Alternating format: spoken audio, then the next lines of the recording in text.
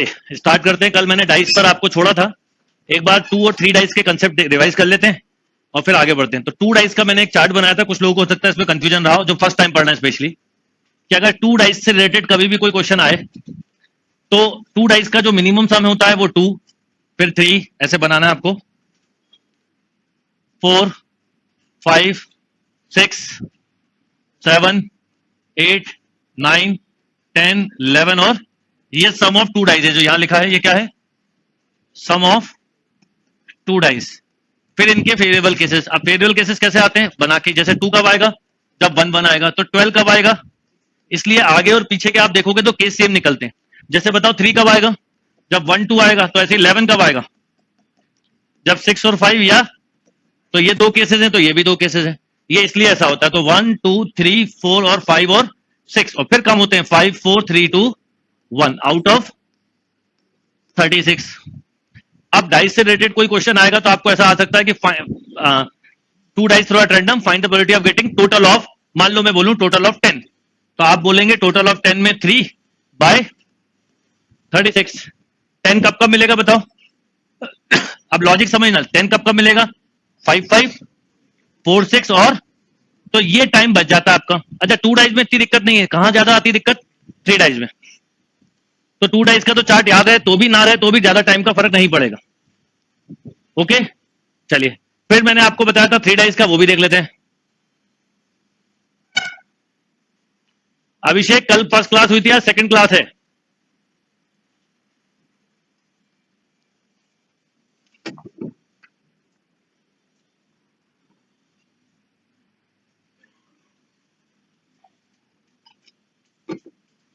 Okay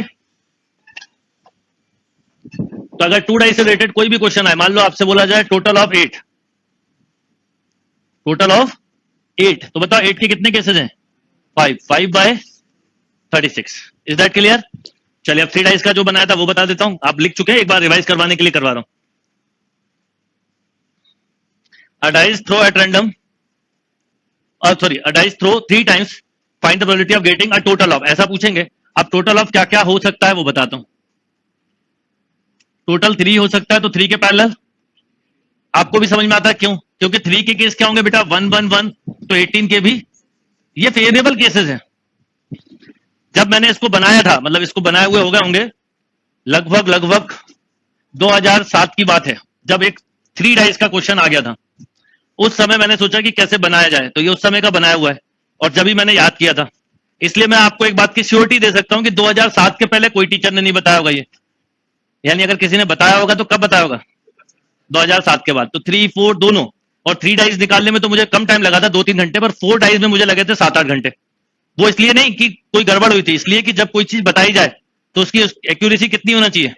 100%। तो मैंने उसके केसेस बनाए, फिर उसको मल्टीनिमल थ्योरम से चेक किया, ठीक है, पर परम्यूटेशन से भी चेक किया। आप कोई बोलोगे ना कि सर ये ऐसे कैसे आया, तो मैं आपको तुरंत बता दूंगा। फिर उसके बाद बनाया, फिर उसके बाद क्या करा मैंने कि याद रखना था, तो 3 का और 4 का याद कैसे रखें? तो मुझे जब कोई चीज भूलता था उस समय तो मैं अपने हाथ पे यहां लिख लेता था, ये आदत थी मेरी।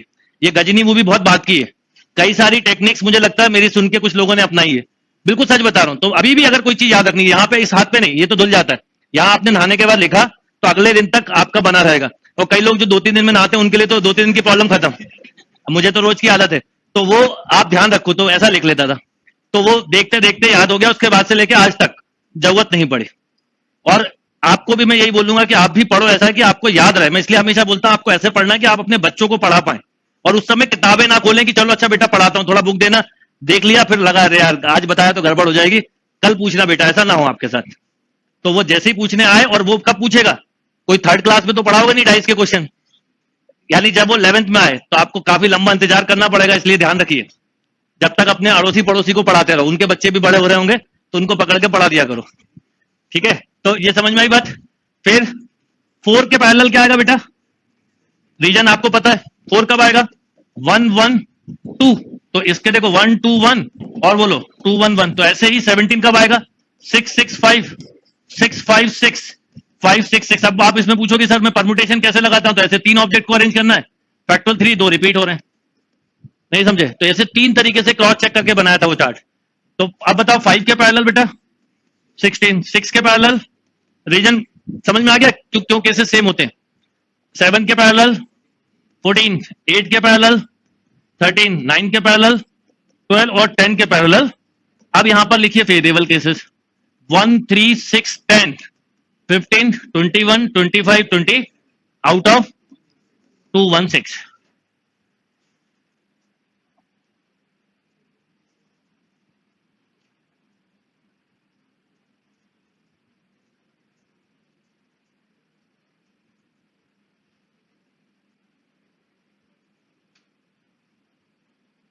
डन। तो अब आपको कभी भी 3 डाई से रिलेटेड कोई क्वेश्चन आए और ये कैसे लिखें उसका रीजन समझ में आ गया आपको? इसको जैसे अगर आपको मान लो उससे भी करना है, जैसे अगर जैसे ये केस निकालना मान लो 10, बताओ कैसे निकालोगे? x1 plus x2। एक ये भी तरीका था, इससे भी क्रॉस चेक किया था, याद है अपन ने परमुटेशन में किया था 1 और मोर देन 1। इसका सॉल्यूशन 0 नहीं होता ना, डाइस पे मिनिमम नंबर 1 होता है। क्या फॉर्मूला था याद करिए? तो 6 माइनस 1 ऐसे ही समझाने के लिए बता रहा हूं। बोलो 5c2 कितना होता है? पर इसके बाद के केसेस में दिक्कत चालू हो गई थी, तो फिर मल्टीनोमियल से किया। बताओ क्यों? अगर मैं बोलूं कि 8 तो डाइस पर 6 से बड़ा नंबर नहीं होता। तो याद है क्वेश्चन हम कर भी रहे थे, तो अपर लिमिट 6 को क्रॉस नहीं करनी, यानी इसका 1 to 6, इसका 1 to 6, इसका 1 to 6, तो वो ध्यान रखना पड़ता है। तो हर तरह से किया हुआ क्वेश्चन है, कहीं पे भी पूछ सकते हो, परमुटेशन से भी कर सकते थे, केसेस बना के सारी चीजों के बाद ही मैंने चार्ट बनवाया था। तो आपके लिए इसमें क्या फायदा है कि आप भूलोगे नहीं। तो आपसे अगर कभी बोले जाए कि टोटल ऑफ 13, तो आप 1 सेकंड में बोलेंगे 21/216।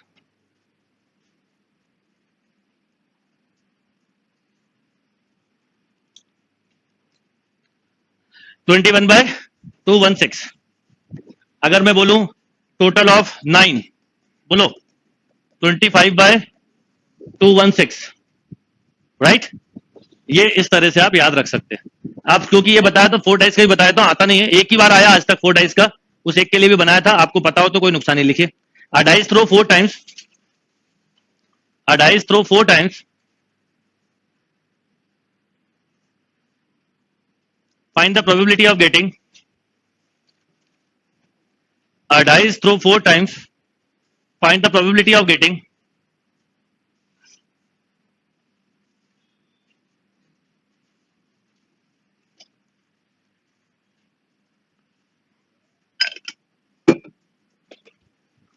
a dice throw 4 times, find the probability of getting a total of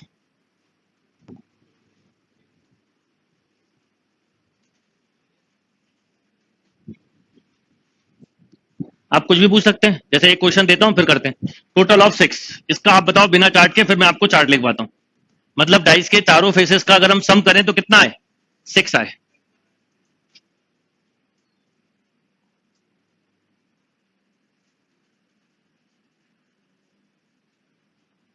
ठीक। और फेवरेबल केसेस कैसे आए? मैंने अभी बताया आपको कि फेवरेबल केसेस बनाए हुए हैं जो आपको डायरेक्ट दे दिए गए। Total of 6। अब 6 कब कब होगा 4 डाइस में बताइए? अभी थोड़ी देर के लिए मान लो मेरे पास कुछ नहीं है तो भी मैं कर सकता हूं। कैसे बताता हूं, बताइए 6 कब कब आएगा? 1 1 1 और 3 होने पर। ये अरेंज भी होंगे। अरेंज करने का तरीका फैक्टोरियल 4 बाय फैक्टोरियल 3, मतलब अच्छा आप सभी बच्चे चाहे नए हों चाहे पुराने, न्यू या ओल्ड, कोई भी जिसने अभी ज्वाइन किया और जिसने पहले से, आप सब लोगों को मेरा एक सजेशन है कि आप लोग इस वीक में, मतलब ये कौन सी तारीख है आज? ये वीक खत्म होगा 19 को और अगला 26 को। 26 सितंबर तक जितना हो सकता है पीएनसी, सेट थ्योरी और प्रोबेबिलिटी पे वर्क करिए। जिनका ये पहले से हो चुका है वही थोड़ा बहुत क्वाड्रेटिक क्वेश्चन पढ़ें, क्योंकि मैं आपको हर वीक बताऊंगा कि एक्स्ट्रा टॉपिक में क्या पढ़ना है। तो मेरा आपको सजेशन है आप इसकी प्रैक्टिस करिए। जितने क्वेश्चन कर चुके हैं आप ये मत सोचिए उसको बार बार करिए, बस करते जाइए। उसके रिजल्ट बाद में समझ में आएंगे, है ना? मतलब वो रिजल्ट एक दिन में, मान लो किसी को दुबला होना है और वो एक दिन 10 किलोमीटर चल ले तो क्या हो जाएगा? हर दिन चलना पड़ेगा। और कितना? अगर 10 चला तो अगले दिन भी 10, अगले दिन भी, और कुछ दिनों बाद रिजल्ट आना चालू होता है। तो आप सबको मेरा सजेशन है, क्योंकि 26 से लेके फिर अगला वीक में क्वाड्रेटिक को दूंगा। मैं आपको पीछे के टॉपिक के लिए वीक बताया करूंगा और उसका एक पर्पज होगा। उस वीक में मैं आपकी कुछ स्पेशल क्लास या स्पेशल टेस्ट लूंगा उस टॉपिक का। तो आपको है ना कोई ज्यादा टॉपिक की टेंशन नहीं लेना, ये स्ट्रेस की इतना कुछ करना है। जो मैं बोल रहा हूं वैसा करते हुए चलना। तो उससे आप मैनेजमेंट भी सही रहेगा, इधर उधर भटकोगे नहीं। केवल जिनका ये अच्छे से हो गया वो थोड़ा बहुत क्वाड्रेटिक पढ़े, पर उनको भी ये करना है। तो आप लोग इस बात का ध्यान रखें कि ये टॉपिक के क्वेश्चंस को जो मिला है मटेरियल, वो जो गाइड सॉल्व कर रहे हैं बार बार करो, और जितने डाउट बचे करते जाओ, छोड़ते जाओ, फिर करो। देखना आप, मैं बता रहा हूं, अगर आपके 20 डाउट है ना, तो 4 बार करने के बाद 10 बचेंगे, और जो ना बने उनको मैथ मास्टर पे देख लो, फिर ना बने तो आप मुझे देना। तो क्योंकि मैं इस वीक से आपके लिए फिर से वहां पे एक्टिवेट होने वाला हूं, आपको देखने लगेंगे वीडियो। अब मैं आपके मेल को देखना चालू करूंगा। अभी बीच में तो मैंने ऑनेस्टली 1 हफ्ते देखा ही नहीं है, 1 हफ्ते नहीं बल्कि 10-12 दिन से नहीं देखे होंगे, अब फिर देखूंगा। चलिए, तो अब टोटल ऑफ 6 कब कब आएंगे बता रहा हूं। तो अब आप अपने डाउट भेजना, पर वो जब भी भेजना जब आप पूरे वीडियो देख लो, और उसके बाद ना हो तो वो डाउट होता है। डाउट ऐसा नहीं कि वो उसमें पड़ा हुआ और आपने देखा नहीं और भेज दिया। अच्छा, अब और कब आएगा 6 बताइए। 1 1 2 2, इसको अरेंज करने के तरीके हैं फैक्टोरियल 4 बाय फैक्टोरियल 2 फैक्टोरियल 2, 24/4। और कब आएगा, और कब आएगा, और 6 कब आ सकता है। 3/2 नहीं ले सकते क्योंकि जीरो का कोई ऑप्शन नहीं होता। बस और तो नहीं आएगा। तो क्या हो गया बताओ। अगर टोटल ऑफ 10 बोला है तो आप बोलोगे 6 + 4, 10/6 की पावर 4, यानी 10/1296। Is clear. कैंसिल मत करो मेरे, हाँ टोटल ऑफ 6 बोला था, सॉरी, वो गलती से उधर का टोटल करते हुए लिख दिया। टोटल ऑफ 6,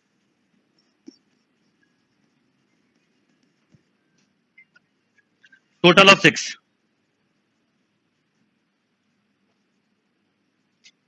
यस और नो। बाकी जो भी क्वेश्चन आप पूछ रहे हैं सब एंड में डिस्कस करूंगा बेटा। ऑनलाइन वाले सभी ध्यान रखें। अब इसके लिए चार्ट बनाइए।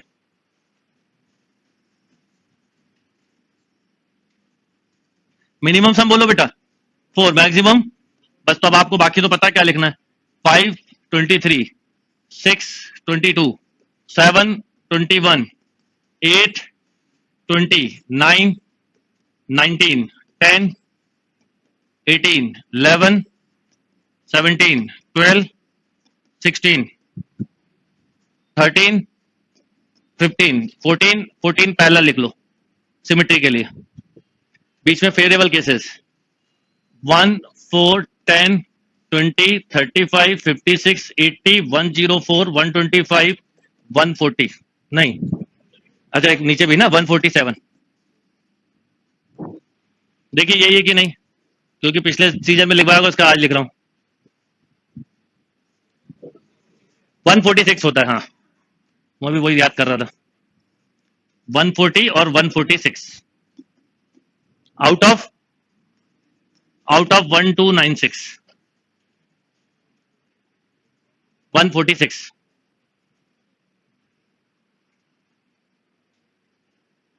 ठीक। अब जैसे मैंने अभी आपको याद है क्वेश्चन दिया था 6 का, तो कितने केसेस 10। तो अब समझ में आ गया ये कहां से लिखे। आप मुझसे पूछते रहो फेवरेबल केसेस कहां से आ गए, कहां से आ गए, नहीं वो मैंने निकाले और आपके सामने रख दिए हैं।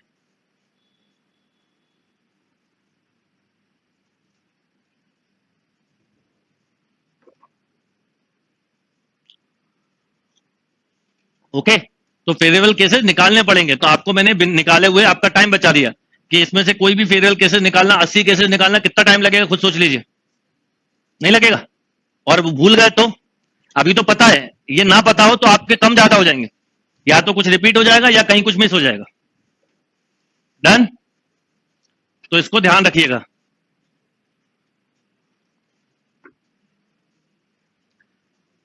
तो ये है 80 बेटा। तो अगर आपसे बोलूं find the probability of getting 10, तो आंसर क्या बोलते हैं 80/12, या मैं बोलता टोटल ऑफ मान लो 9, तो क्या लिखते 56/1296। Is that clear. अब आप इसको अगर याद रख लेंगे तो आपका टाइम बचेगा। नॉर्मली 4 का आता नहीं है, 3 के ही आते हैं अक्सर। तो डाइज में समझ में आया type.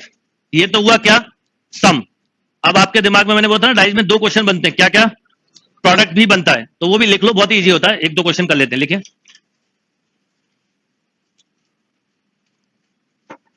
2 dice throw at random, 2 dice throw at random,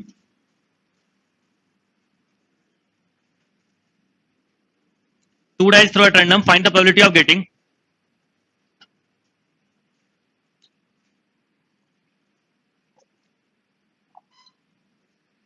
Two dice throw at random, find the probability of getting.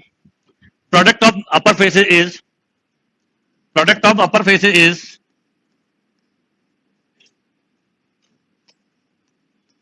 To dice के अपर फेसेस के किसकी बात कर रहे हैं? प्रोडक्ट की। मान लो यहाँ 3 और मान लो यहाँ 4 है, तो कितना होगा? 12। तो ऐसा कुछ भी पूछ सकते हैं, तो अभी मैं दे रहा हूं क्वेश्चन पर, समझ में आ गए? अभी हम 2 डाइस के अपर फेसेस को क्या कर रहे थे? ऐड। अब क्या कर रहे हैं? मल्टीप्लाई कर रहे हैं। तो पहला क्वेश्चन, प्रोडक्ट इज 12। चलो यही ले लेते हैं। 12 कब कब आएगा?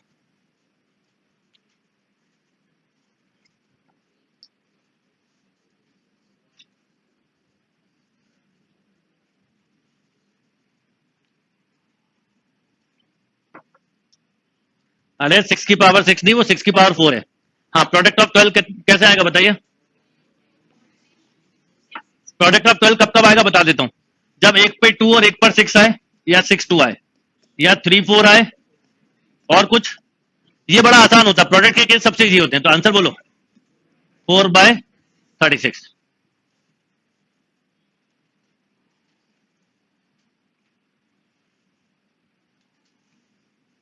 डन। 4/36।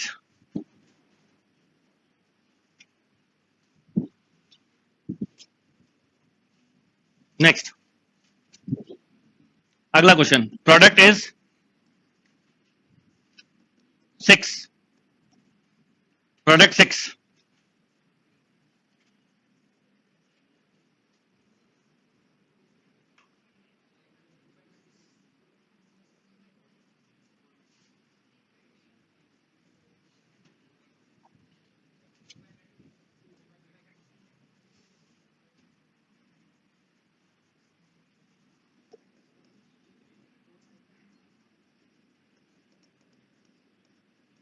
Product is 6।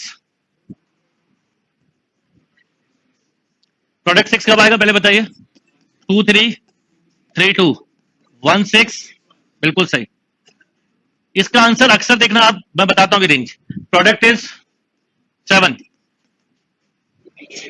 0 पॉसिबल ही नहीं है, 0 भी होता है इसमें बहुत। ठीक है, प्रोडक्ट इज 3 1 3 3 1। या तो 2 होता है, या 4 होता है, या 6 होता है, बस इससे ज्यादा कुछ नहीं होता है। तो इसलिए सम के क्वेश्चन आते हैं, समझ गए आप? कई लोग लगता है प्रोडक्ट टफ है, प्रोडक्ट इजी होता है। मान लो मैं बोलूं प्रोडक्ट 5, तो 2/36। 5 कब आएगा? 1 5 और 5 1, खत्म। यस और नो? कोई कंफ्यूजन? चलिए अब थोड़ा आगे बढ़ते हैं। अब आ जाइए कंसेप्ट ऑफ कैलेंडर। फटाफट, ये छोटा सा पोर्शन है, फिर आते हैं प्लेइंग कार्ड पर। प्लेइंग कार्ड ला देना नीचे से। हाँ, कंसेप्ट ऑफ कैलेंडर। अब जब कैलेंडर पे रिलेटेड क्वेश्चन आते हैं तो किस ढंग से आते हैं बताता हूं। कैलेंडर के क्वेश्चन का कंसेप्ट समझिए। देखिए, 2 तरह के ईयर होते हैं, एक लीप ईयर और एक non leap year. Non leap year का क्या कंसेप्ट है पहले वो समझें, फिर लीप ईयर की बात करेंगे। देखिए, नॉन लीप ईयर में होते हैं 365 डेज, यस और नो? और लीप ईयर में होते हैं, आप जब 52 इंटू 7 करते हैं तो आपको मिलता है 364 मिलता है। अब एक दिन बच गया, सारी कहानी यहीं पर टिकी हुई है। मैं आपको अभी बाद में रीजनिंग का एक टॉपिक पढ़ाऊंगा, क्लॉक कैलेंडर, तो समझाऊंगा भी कि एक दिन क्यों बचाया है। अगर ये एक दिन नहीं होता तो हमें एक फायदा होता, हमें कभी किसी भी साल क्या नहीं बदलना पड़ता, कैलेंडर नहीं बदलना पड़ता। पर क्यों बदलना पड़ता है? क्योंकि इस एक दिन की वजह से हमारा कैलकुलेशन बिगड़ जाता है, और वहां तो 2 दिन एक्स्ट्रा हो जाते हैं। तो एनीवे अपन जब कैलेंडर पढ़ेंगे, जब सीखेंगे। तो पहले तो मैं बात कर रहा हूं 52 इंटू 7 करा, तो आपने कहा था 364 आया। अब समझिएगा जरा ध्यान से कि 52 वीकडेज किसी भी ईयर में होते हैं। आप कोई भी कैलेंडर उठा लो, कोई भी, यानी आप 100% श्योर हैं कि हर साल 52 संडे होते हैं, 52 मंडे होते हैं, 52 वेडनेसडे, हर वीक, हर डे 52 होता ही है, 52 वीक होते हैं। अब एक बचा हुआ दिन जो है वो अगर मान लो किसी साल का संडे हुआ तो उस साल कितने संडे हो गए? 53। मान लो वो मंडे हुआ तो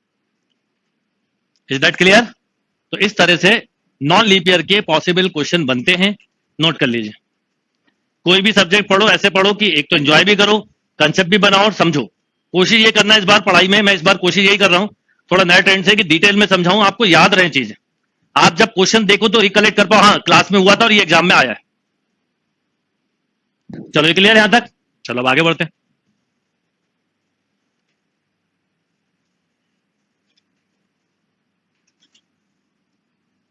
अब आ जाओ लीप ईयर पे। अब लीप ईयर का लॉजिक आपको पता है क्या, कि लीप ईयर में होते हैं 366 डेज, तो 52 इंटू 7 करने पे 364 मिलता है, तो आपके पास 2 डेज एक्स्ट्रा आ जाते हैं। यस और नो? 2 डेज एक्स्ट्रा आ जाते हैं। अब ये 2 डेज जो आते हैं एक्स्ट्रा, उनको हमें समझना है। तो ये 2 दिन क्या क्या हो सकते हैं पहले बताइए। ये पेयरिंग होगी, ऐसा नहीं है कि 2 दिन एक्स्ट्रा है तो अपन एक दिन संडे ले लेते हैं और उस साल एक साल फ्राइडे ले लेते हैं, कि हर साल 31 को ऐसा तो है नहीं कि डिजाइन होता है नया कैलेंडर कि 2 दिन बचे, एक मंडे मान लेते हैं एक फ्राइडे मान लेते हैं। डे हमेशा कैसे होते हैं? कॉन्जुगेटिव। कुछ जगह पे प्रैक्टिकली सोचना पड़ता है, तो वो दिन हो सकता है संडे हो, संडे मंडे, ऐसी पेयरिंग हो सकती है ना। हो सकता है मंडे ट्यूसडे हो सकता है ट्यूसडे वेनसडे हो, Wednesday and Thursday, Thursday and Friday, Friday and Saturday, और सैटरडे एंड संडे। पेयरिंग 7 ही होगी, 1 2 3 4 5 6 7। ये होगा क्या? सैंपल स्पेस या टोटल आउटकम्स। प्रोबेबिलिटी में मैं हमेशा एक चीज पे नोटिस रखता हूं, आपने कल से देखी होगी एक चीज, मैं डिनोमिनेटर पहले सोचता हूं न्यूमरेटर बाद में, क्योंकि जो कुछ है न्यूमरेटर क्या है, किस पे डिपेंड करता है? डिनोमिनेटर पे। आप भी कोई काम करते हो तो पहले आप उसका डिनोमिनेटर चेक कर लेते हो। जब कोई एग्जाम देने जा रहे हो तो हवा में थोड़ी जाते हो देने, देखते हो ना कितने नंबर का पेपर है, आउट ऑफ, फिर जाके कितने पे निकलता है, कितने नंबर पे सिलेक्शन होता है। तो सबसे पहले क्या डिसाइड होता है? डिनोमिनेटर, फिर उसके बाद न्यूमरेटर हमारे हाथ में। चलो अब एक एक करके क्वेश्चन करते हैं। सबसे पहले सेम 53 संडे, देखो नीचे तो ये फिक्स हो गया 7, पर अब 2 दिन है तो ऑब्वियसली चांसेस बढ़ जाएंगे। तो बताओ क्या होगा 53 का आंसर? एक ये वाला पेयर आए, ये वाला पेयर आए, संडे आ जाएगा। तो आप बोलोगे, लॉजिक से भी समझ में आता है, फेवरेबल केसेस बढ़ेंगे तो प्रोबेबिलिटी बढ़ेगी, फेवरेबल केसेस कम होंगे प्रोबेबिलिटी कम होगी।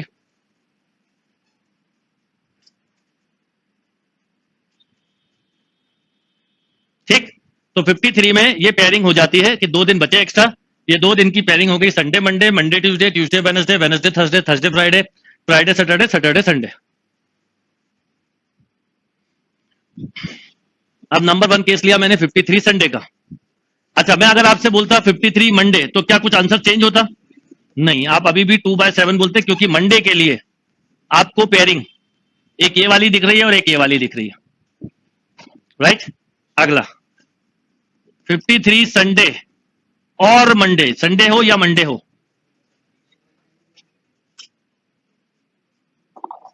ठीक है। मन में विचार बहुत आते हैं 53 क्यों, 55 क्यों नहीं। अब मैंने अभी क्या बताया आपको कि 52 वीक डेज होते हैं, ये फिक्स है, तो बचा हुआ दिन ही अगले वीक को बढ़ाता है। अब जैसे नॉन लीप ईयर का कैलेंडर देखोगे तो उस साल में ये पक्का है कि 7 दिन में से कोई 2 दिन ऐसे होंगे जो 53 टाइम्स आए होंगे। डन। तो आप संडे और मंडे बोलो। संडे और मंडे का नॉर्मली आंसर सबसे पहले बच्चे देते हैं 4/7। ऑप्शन भी ए मिलेगा 4/7, बट ये आंसर रॉन्ग है। क्यों रॉन्ग है? क्योंकि संडे और मंडे में एक पेयरिंग कॉमन हो जाती है। तो देखो पहले सैटरडे संडे 1 2 और 3, 4 कहां है? पर पहली बार में 4 निकलता है, तो कितने हुए? यस, ये गलत है, ये काट के लिख लेना ऐसे 3/7। पर पहली बार में 4 ही निकलता है, क्योंकि संडे और मंडे सुनते हैं सोचते हैं 2 दिन एक्स्ट्रा, 2 बार संडे 2 बार मंडे, पर ये भूल जाते हैं संडे और मंडे कॉमन है। या मान लीजिए आपसे बोला जाए 53 संडे और मंडे और ट्यूसडे, बोलिए, करते चलिए मेरे साथ, संडे और मंडे और ट्यूसडे।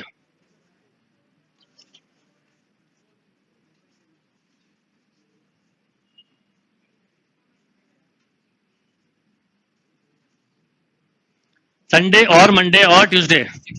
अब संडे मंडे और ट्यूसडे में कॉमन बच्चा बोलेगा 2 2 2, 6/7 ये पहला ऑप्शन, कुछ 5/7, ये दोनों ही गलत हैं। पहले गिनो, यहां से स्टार्ट हो। संडे ये हो गया, मंडे ये हो गया, ट्यूसडे ये हो गया, और कहीं है कितने कॉमन पेयर है? 4 पेयर है, तो 4/7। अब मन में ये क्वेश्चन जरूर आएगा कि सर पेपर में हमें कैसे पता चलेगा लीप ईयर है कि नॉन लीप ईयर है?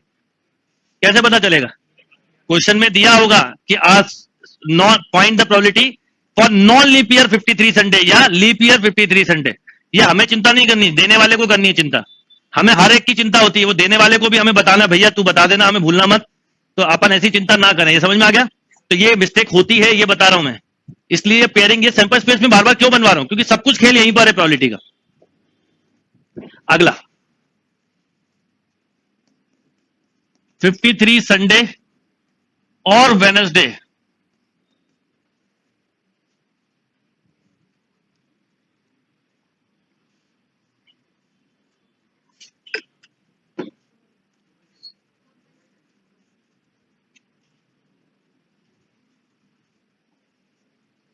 यस, अब मैंने बोला संडे और वेनसडे, तो संडे और वेनसडे की बात करें तो संडे की ये पेयरिंग है, सैटरडे संडे और संडे मंडे, और वेनसडे की पेयरिंग है ट्यूसडे वेनसडे, वेनसडे और, अब ये कॉन्जुगेटिव डे नहीं है, इसलिए यहां पर प्रोबेबिलिटी बढ़ गई,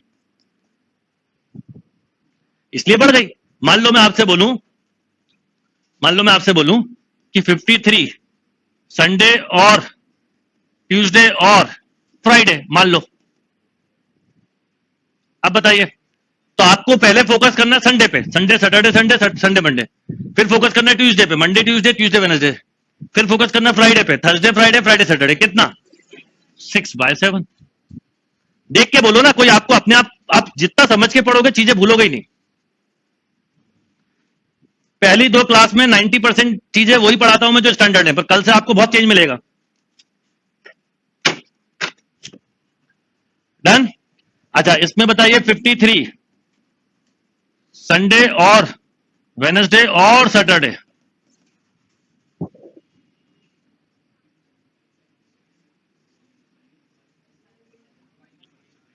बंद कर दो, रुको रुको रुको, विंडो खोल दो।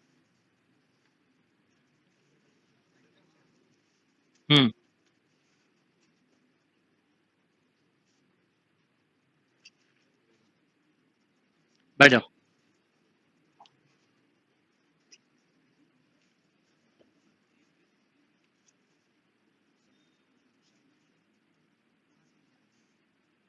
खुलेगा वहां से भी।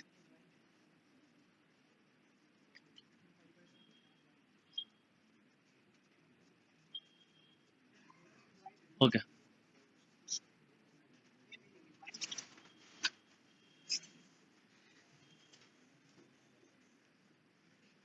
अब देखिए, इसमें मैंने थोड़ा सा ध्यान रखा, कई बच्चे इसमें 6 लिख देंगे। यहां देखिए सैटरडे और संडे कॉमन पेयरिंग है, पर ऐसे लिखने में कई बार हम सोचते हैं कि हो सकता है अलग अलग हो जाए। तो अब आपको सैटरडे से गिनना है, Saturday Friday Saturday, Saturday Sunday, Sunday Monday और वेनसडे वाले 2 और हैं, तो टोटल 5/36। और वो डाइस चल रहा है ना, इसलिए 5/7। Next 53 Sunday and Monday, 53 Sunday and Monday,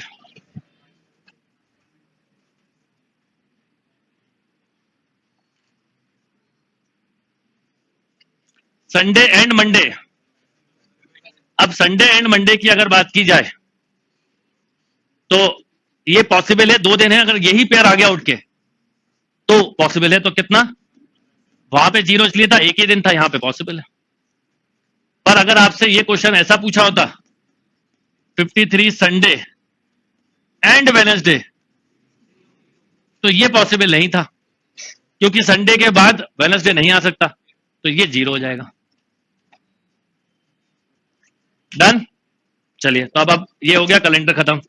अब डालिए concept of playing card.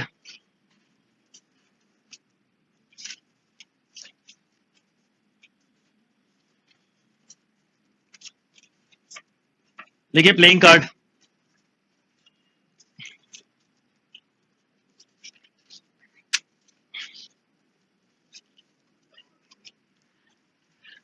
Playing card आप लोगों में से मुझे नहीं लगता शायद किसी ने ना देखे हो या ना खेले हो, पर किसी ने नहीं देखे हो नहीं खेले हो तो मैं आपको दिखा भी दूंगा, और खेलने के लिए कार्ड ले जाना तो खेल भी लेना।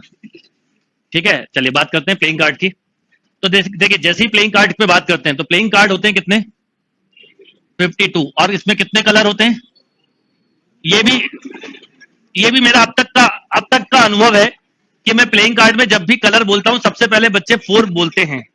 देखा ना आपने, ये देखो कई चीजें ऐसी होती है कि इतनी कॉमन मिस्टेक है जो होती है और सालों से हो रही है, पर 4 बोलते ही उन्हें रियलाइज होता है 4 तो नहीं होते, 2 होते हैं, क्योंकि या तो कार्ड होते हैं ब्लैक या कार्ड होते हैं रेड। उसके डिस्ट्रीब्यूशन है कि रेड में एक होता है डायमंड और एक होता है हार्ट, लाल पान जिसे बोलते हो और ईट जिसे बोलते हो। ऐसे ही ब्लैक में भी एक होता है ब्लैक काला पान और एक होता है क्लब, इसे चिड़ी बोलते हैं और इसे स्पेड बोलते हैं। इंग्लिश नेम ये है, हिंदी नेम आप लोगों को याद होंगे। तो प्लेइंग कार्ड की जब बात की जाती है तो नंबर 1 आता है कलर कार्ड। तो 2 कलर्स होते हैं जिसमें से 26 रेड होते हैं और 26 ब्लैक होते हैं। सबसे पहले तो ये एक जनरल बता रहा हूं, आप लिखना चाहो लिखो, नहीं तो नहीं भी लिखोगे चलेगा।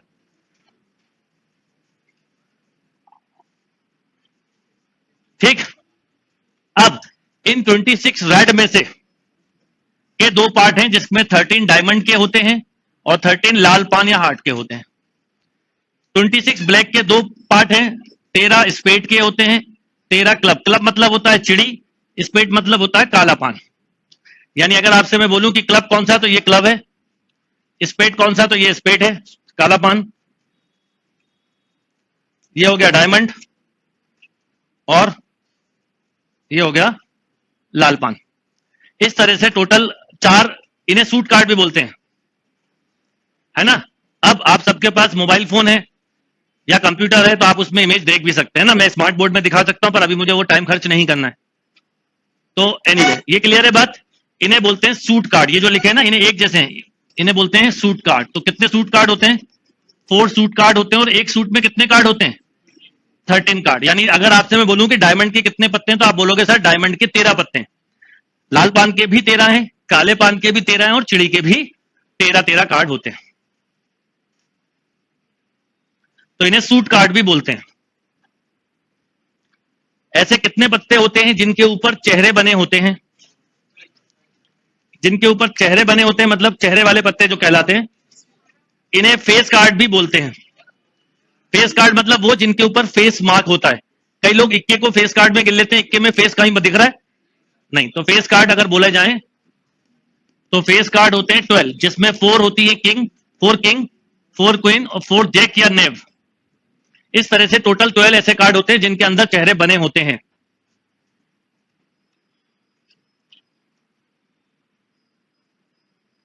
एक जनरल आइडिया देने के लिए बता रहा हूं, बाकी तो कोई फर्क नहीं पड़ता। फिर आता है ये बात winning card. Winning card, respective card, honours card, powerful card, कुछ भी बोल सकते हैं, राइट। जिसमें मतलब खेल में जब आप प्लेइंग कार्ड खेलते हैं तो सबसे ज्यादा जिन पत्तों में पावर होती है या जिन पत्तों से जीतने की संभावना ज्यादा होती है वो कौन से होते हैं, इक्का सुना होगा आपने, बादशाह, बेगम और गुलाम। तो ऐसे विनिंग कार्ड भी इन्हें बोलते हैं। ये होते हैं 16, जिसमें कि 4 एस इक्के, 4 किंग, 4 क्वीन और 4 जैक। पर इसके बाद भी ऐसा नहीं है कि जिनके पास ये कार्ड आते हैं वो जीत जाते हैं। जीतता वो है जिसके पास दिमाग होता है। तो कई लोग जिनके पास पावरफुल कार्ड नहीं होते वो भी जीत जाते हैं, और कई लोग जिनके पास बहुत पावरफुल कार्ड होते हैं वो भी हार जाते हैं। तो इसका मतलब है कि आपका दिमाग है जो कुछ करने वाला है। पर इन जनरल बात करें तो पावरफुल कार्ड वाले लोग अगर दिमाग के साथ खेलें तो उनके जीतने की संभावनाएं बढ़ जाएंगी। ये बात पक्की है, डन। अब इसमें किस तरह, ये प्लेइंग कार्ड का एक बेसिक लॉजिक है। अब क्वेश्चन कैसे बनते हैं वो बता रहा हूं, लिखिए। अब क्वेश्चन कैसे बनते हैं वो बता रहा हूं, लिखिए। ठीक, ये नाम क्लियर है। एस मतलब इक्का, किंग मतलब बादशाह, क्वीन मतलब बेगम और जैक मतलब गुलाम। इसे जैक या नैब दोनों वर्ड बोला जाता है, बुक में लिखा रहता है। रिस्पेक्टिव कार्ड मतलब कुछ भी बोल सकते हैं, कुछ कई जगह लिखे होंगे क्वेश्चन में, winning card, respective card, honours card, powerful card, जो भी वर्ड यूज हुआ ज्यादातर उसको विनिंग कार्ड में काउंट करा जाता है। बाकी कोई भी कुछ भी बोल सकते हैं। Is that clear? ठीक। और जो जोकर होता है, अब कई लोग इसमें उलझेंगे कि सर जोकर किस लिए होता है? हाँ, आप बताइए पहले, सर्कस में जोकर क्यों होता है? सर्कस में जोकर इसलिए होता है कि दो गेम के बीच में, क्योंकि सर्कस में हर एक जो दिखाया जा रहा होता है प्रोग्राम, उसके बीच में एक सेटअप से दूसरे सेटअप के बीच में टाइम लगता है, तो उस टाइम को फिल करने के लिए जोकर रखते हैं कि वो आपको उतनी देर एंटरटेन करता है, उतनी देर में पीछे सब कुछ चेंज हो जाता है और अगला गेम दिखाया जाता है। वैसे ही अगर आपके पास कोई पत्ता घूम जाए, 52 कार्ड है और 2 या 3 जोकर आपको एडिशनल दे दिए जाते हैं, क्योंकि माना जाता है कि इंडियन लोग कोई ना कोई कार्ड घुमा देंगे, कोई कार्ड बैठ के नीचे चला गया या मिल नहीं रहा है ना। अब वो नहीं मिल रहा, आप खेलना तो है, तो क्या किया जाएगा, तो आप सबको बताया जाएगा कि ये जो जोकर है इसको आप हुकुम की दहली मान लेना भैया। तो अब ये मान के आप खेल रहे होते हैं, या जो पत्ता मिस हुआ है ना, कोई चिड़ी का पत्ता मिस है तो आप बता देते हो। तो जोकर का काम होता है कि स्पेयर पार्ट जैसा होता है, जैसे गाड़ी पंचर होने पे स्टेपनी लगती है, वही काम जोकर करता है, उसे प्लेइंग कार्ड में नहीं काउंट करते। तो जब प्लेइंग कार्ड की बात की जाएगी तो 52 कार्ड आएंगे, ठीक है। तो ये क्लियर है बात। तो आप क्वेश्चन कैसे बनेंगे, चलिए लिखिए। अब दो टाइप हो सकती है इसमें, बताओ क्या क्या। या तो आपसे बोलेंगे कितने कार्ड निकालो, एक कार्ड निकालो, या तो आपसे ये देखिए जोकर देख लीजिए आप लोग, देख गया, इसमें कुछ नहीं होता, ये मतलब हर तरह का पत्ता है, जो पत्ता नहीं है उसको आप क्या बना लो, जोकर। चलिए, तो प्लेइंग कार्ड में से दो तरह के क्वेश्चन बन सकते हैं कि आपने एक पत्ता निकाला या एक से ज्यादा, दो ही टाइप हो सकती है। तो टाइप नंबर 1 लिखिए, 1 card drawn at random.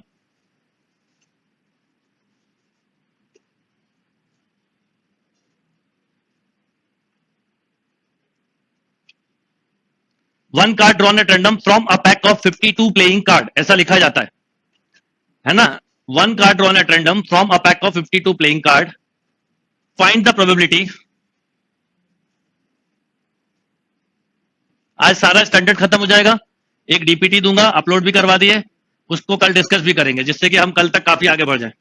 1 card drawn at random from a pack of 52 playing card, find the probability. Drawn card is पहला क्वेश्चन। अब हम एक एक करके क्वेश्चन करते चलते हैं, ठीक। 52 पत्तों की गड्डी में से अगर हिंदी में लिखा है तो एक पत्ता निकाला जाता है, तो उसके ये होने की प्रायिकता बताओ, ऐसा करके पूछेंगे। तो 52 कार्ड में से आपको एक कार्ड निकालना है, अब जो भी क्वेश्चन बनेगा वो पूछा जाएगा। तो पहला क्वेश्चन मैं आपको जो बोल रहा हूं वो लिखिए, find the probability card is red, निकला हुआ पत्ता रेड हो।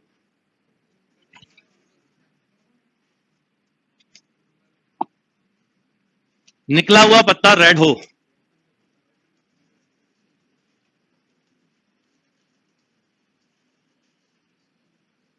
Yes, drawn card is red. तो अब रेड कितने हैं, 26 रेड होते हैं, 26 ब्लैक। तो पहले तो डिनोमिनेटर बताओ क्या होगा, 52C1 लिख सकते हो आप, यहां पर NC1 की वैल्यू होती तो नहीं है ना, तो 52C1 यानी 52, पर आप सी की आदत इसलिए डाल लो यहां से कि 2 या 2 से ज्यादा कार्ड निकालोगे तो काम आएगा, ठीक। तो निकला हुआ ये क्लियर। ये हमेशा पहले कभी भी आप आदत डाल लो ये कि आप पहले डिनोमिनेटर, फिर अब आपसे बोला गया लाल पत्ता हो, तो लाल पत्ते कितने होते हैं, रेड कितने होते हैं, 26। तो 26/52 यानी 1/2। लॉजिकली भी पता है 50% रेड होते हैं, 50% ब्लैक होते हैं, तो 50% चांस भी है।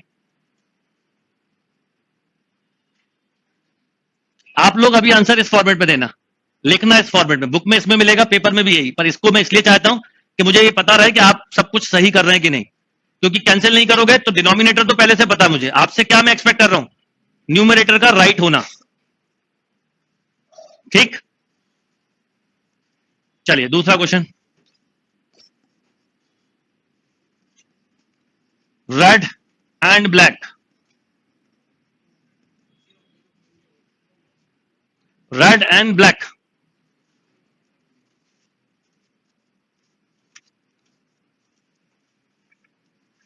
अब कार्ड तो एक ही निकालना है, पर बोला है रेड एंड ब्लैक, पॉसिबल है क्या, इम्पॉसिबल है कि एक ही समय में रेड और ब्लैक निकल जाए। म्यूचुअली एक्सक्लूसिव इवेंट है, इसे म्यूचुअली एक्सक्लूसिव भी बोल सकते हो।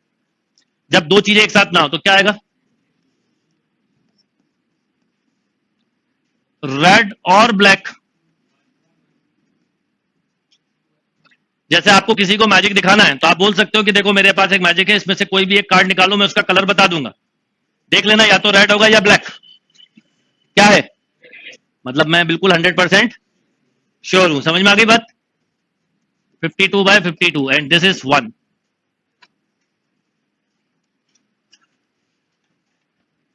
अगला बस ऐसे ही बनाते चलो क्वेश्चंस, और आप देख लेना इसके अलावा कोई क्वेश्चन एग्जाम में नहीं आएंगे अगर प्लेइंग कार्ड से रिलेटेड आते हैं, नाम ही बदल सकते हैं बस। अगला तैयारी कर ली तुमने? यस। नेक्स्ट, रेड और किंग, रेड और किंग।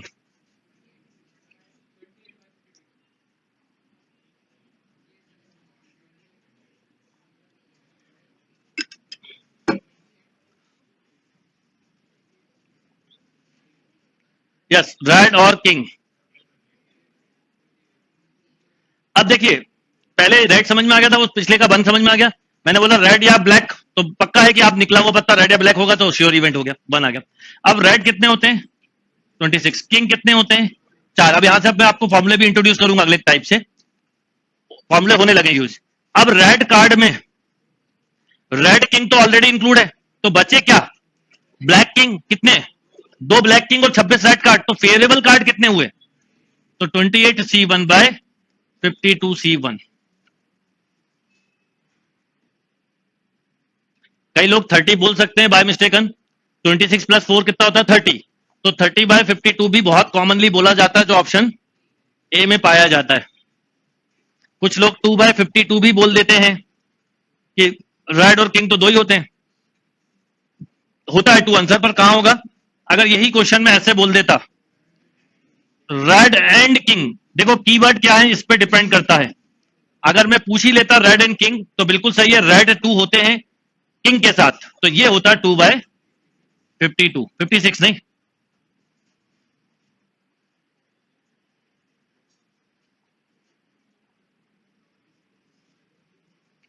Is that clear? तो इस कंसेप्ट को समझ में आया तो एक बार फिर समझो पूरा कंसेप्ट, कि अगर आपको 52 कार्ड में से, टोटल कार्ड होते हैं 52, इसमें से अगर एक कार्ड निकालना है तो टोटल केसेस ऐसे लिखेंगे, एंड दिस इज 52। जो भी बोला जाए, जैसे मैं बोलूं कि निकला हुआ कार्ड मान लीजिए डायमंड है, तो डायमंड कितने होते हैं? 13। तो 13 में से एक, वही क्वेश्चन है, अब क्वेश्चन बदल दिया, आउट ऑफ 52C1। अगर मैं बोलूं डायमंड एंड किंग, मैंने अगर बोला diamond and king,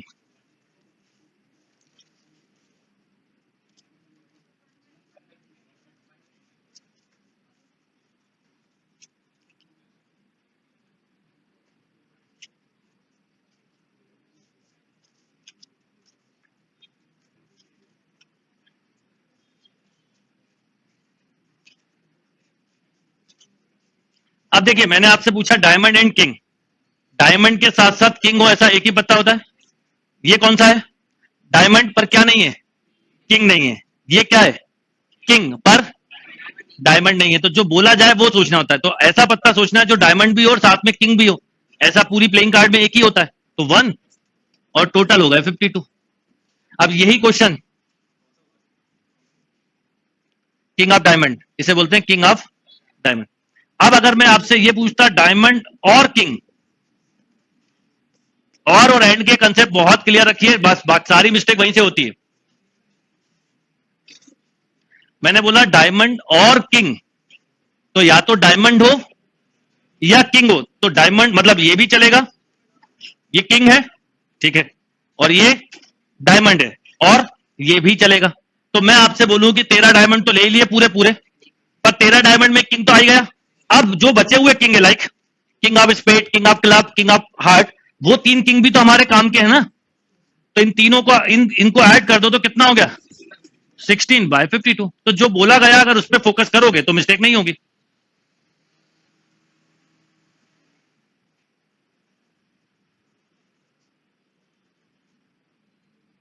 is that clear? कोई कंफ्यूजन?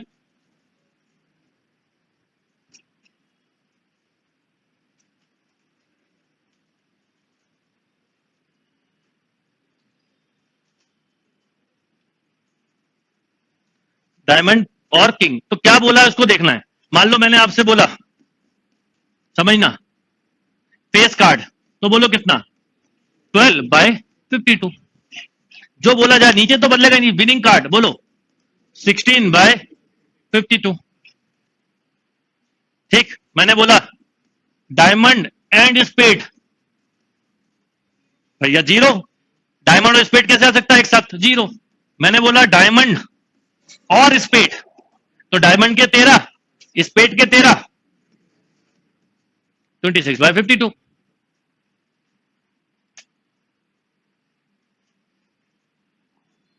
ठीक, इनमें फॉर्मूला लगता है, जैसे मैंने आपको ये लिखवाया डायमंड और किंग।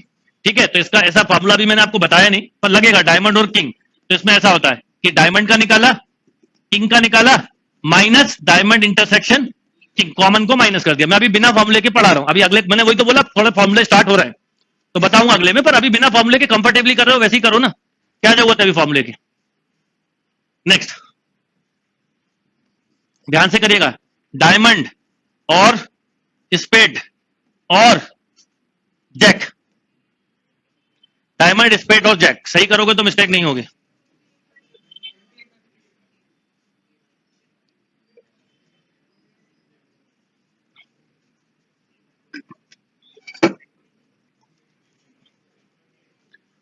और क्या होता है, अगर प्लेइंग कार्ड में कोई भी कंफ्यूजन है तो वो एक दो बार करोगे, क्वेश्चन दूर हो जाएगा।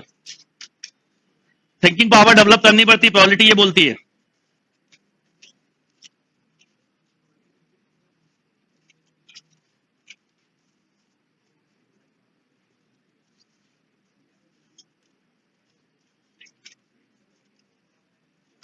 अब देखिए, पहले बताइए डायमंड कितने, स्पेड कितने, जैक कितने, 4। पर एक दिक्कत है, डायमंड का जैक यहां है, स्पेड का जैक यहां है, 2 जैक फिर भी बच गए।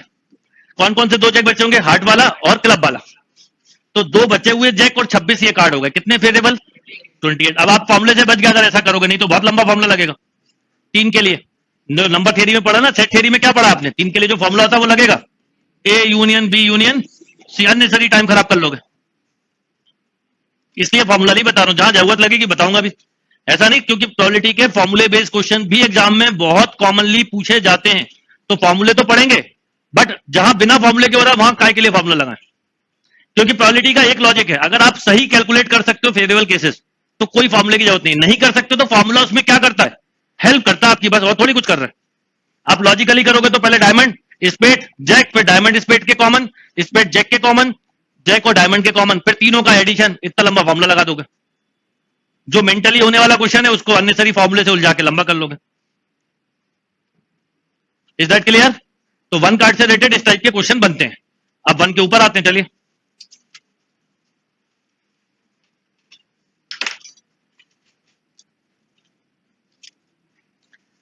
वन के ऊपर आते हैं, लिखिए 2 कार्ड। 2 के मतलब 1 के ऊपर जो भी कंसेप्ट है एक जैसा है, मतलब 2 हो, 4 हो, 6 हो, कितने भी हो, कोई फर्क नहीं पड़ता। कंसेप्ट बस 2 से बनवा रहा हूं। आप बोलोगे 3 से बनवा दूंगा, आप बोलोगे 4 से बनवा दूंगा, मुझे उसमें दिक्कत नहीं है।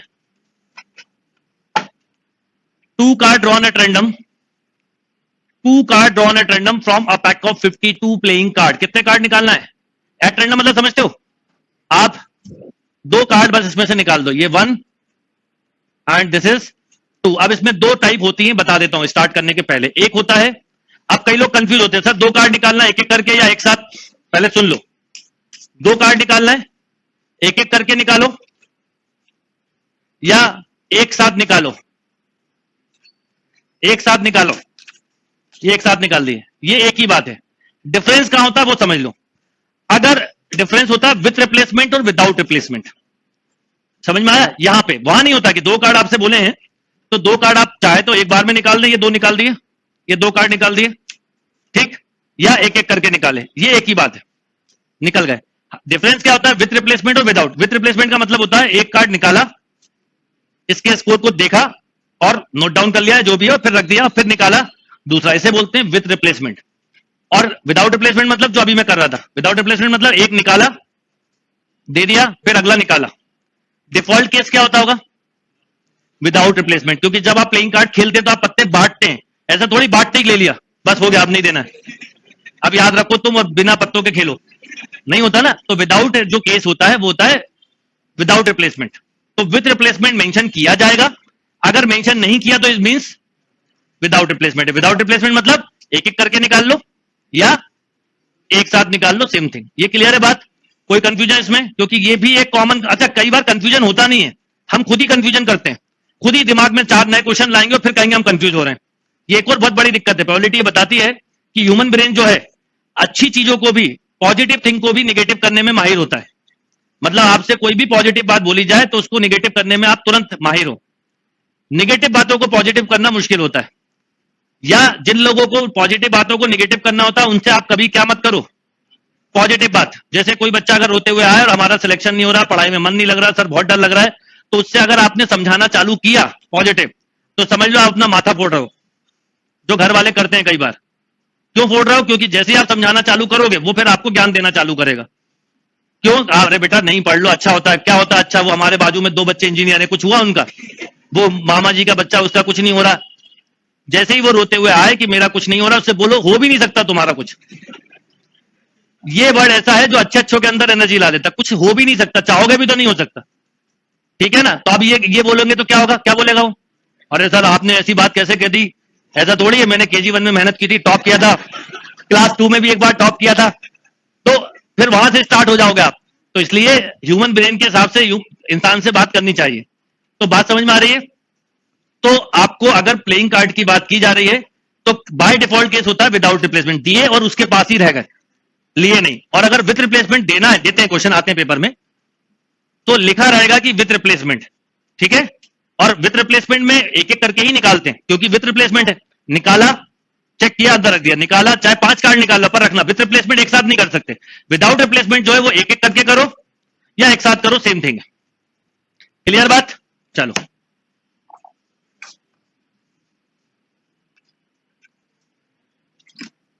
अब हम बात करते हैं क्वेश्चन कैसे बनेंगे। पहला question, 2 card drawn at random. अब 2 की जगह ज्यादा भी लिख सकते हैं, पर कैलकुलेशन के हिसाब से 2 ले लिए। पर जो कंसेप्ट 2 का है वही 3 का है, वही 4 का है, वही 5 का। बताओ 2 कार्ड का टोटल केस क्या बनेगा? 52C2। डिनोमिनेटर तो ये हो गया। अब मैं जो भी क्वेश्चन दूंगा उसमें क्या देखना आपको? न्यूमरेटर। तो पहला question, 2 card drawn at random from a pack of 52 card, find the probability. अब यहां से पहला क्वेश्चन लिखिएगा, card is red.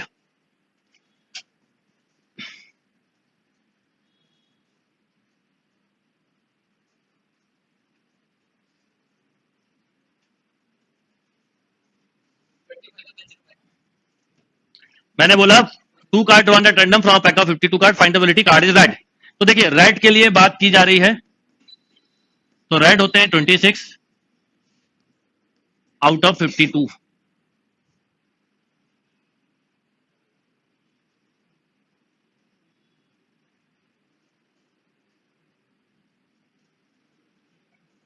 (26C2 by 52C2). Clear? इसको आप सॉल्व कर दो, अलग बात है, और आपको पेपर में सॉल्विंग फॉर्म में ही मिलेगा। मैं अभी आपसे सॉल्विंग के ऊपर टाइम खर्च नहीं करवाऊंगा, क्योंकि मुझे अभी एक टाइप और आज खत्म करनी है। फिर ये कैंसिल 2 टाइम्स, तो 25 अपॉन बोलो 102। देखिए यही आया। तो आपको इतना ही सॉल्व करना है, आप कर लिया करो जब तक मैं समझा रहा होता हूं, पर मैं यहां पे छोड़ सकता हूं। और मुझे आपसे भी ये आंसर सुनना है, वो वाला नहीं सुनना है। वो आप निकाल के रखना, पेपर में ये नहीं दिया होगा, इस बात के चांसेस 99% है। बहुत ही रेयर होता है, वो सॉल्व करके ही देते हैं। Next question, both card are same colour. निकले हुए पत्ते एक ही रंग के हों, निकले हुए पत्ते एक ही रंग के हों। और याद रखिए जिनको अभी अभी ज्वाइन किए, हो सकता है एनसीआर नहीं आता सॉल्व करना, तो एनसीआर बेटा ऐसे करते हैं, n (n-1) n-2 up to n-r+1 upon factorial r। इसकी भी ट्रिक है कि अगर आपको कभी 10C3 सॉल्व करना है तो 3 फैक्टर डिसेंडिंग ऑर्डर में लिख लो। 10C4 10 9 8 7 अपॉन 4 3 2 1, नीचे इस नंबर से 1 तक। जैसे 26C2, तो 26 के 2 फैक्टर डिसेंडिंग ऑर्डर में, नीचे इस नंबर से 1 तक। आप लोग, इसीलिए मैं बोल रहा हूं हर बच्चे को अभी सबसे पहले सेट परम्यूटेशन प्रोबेबिलिटी पहले करना है। हो गया? अब मैंने बोला both card are same colour, यानी निकला हुआ पत्ता या तो रेड हो या फिर ब्लैक हो, यानी दोनों कार्ड रेड हो या दोनों कार्ड ब्लैक हो। ठीक, दोनों कार्ड रेड हो या ब्लैक हो, ऐसा बोला गया। तो रेड हुए तो भी 26 में से हुए, और ब्लैक हुए तो भी, और होता तो प्लस लग गया, वही same rule. Done.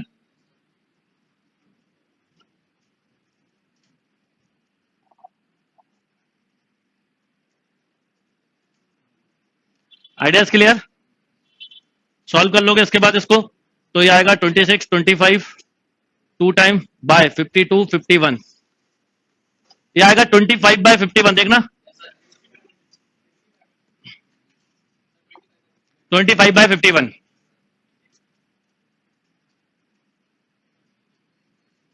Same colour का मतलब होता है कि निकला हुआ पत्ता या तो दोनों ही क्या हो, दोनों ही लाल हो या दोनों ही ब्लैक हो। अब मैं अगला क्वेश्चन देने वाला हूं, दोनों पत्ते डिफरेंट कलर क्यों? लिखिए both card are different colour, both card are different colour.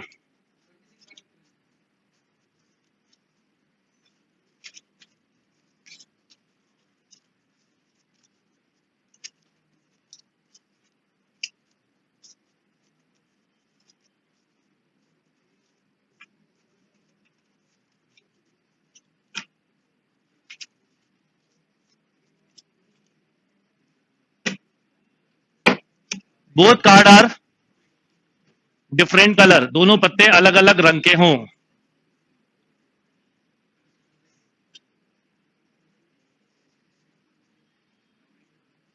अब दोनों अलग अलग रंग के हों मतलब एक रेड हो और एक ब्लैक हो, तो रेड कितने हैं? डिफरेंट कलर बोला है तो रेड है 26, इसमें से एक निकाला, ब्लैक है 26, इसमें से एक निकाला, आउट ऑफ 52। सी यहां पर मल्टीप्लाई क्यों आया पता ना, जब तक पूरा इवेंट नहीं होता मल्टीप्लाई लगाते हैं, और जब पूरा इवेंट हो जाता है तो क्या लगाते हैं? Plus.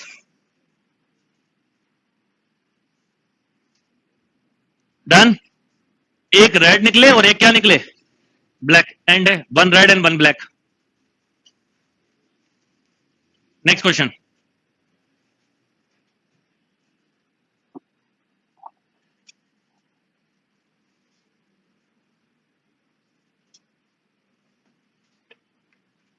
Both card are same suit, निकले हुए पत्ते सेम सूट के हों।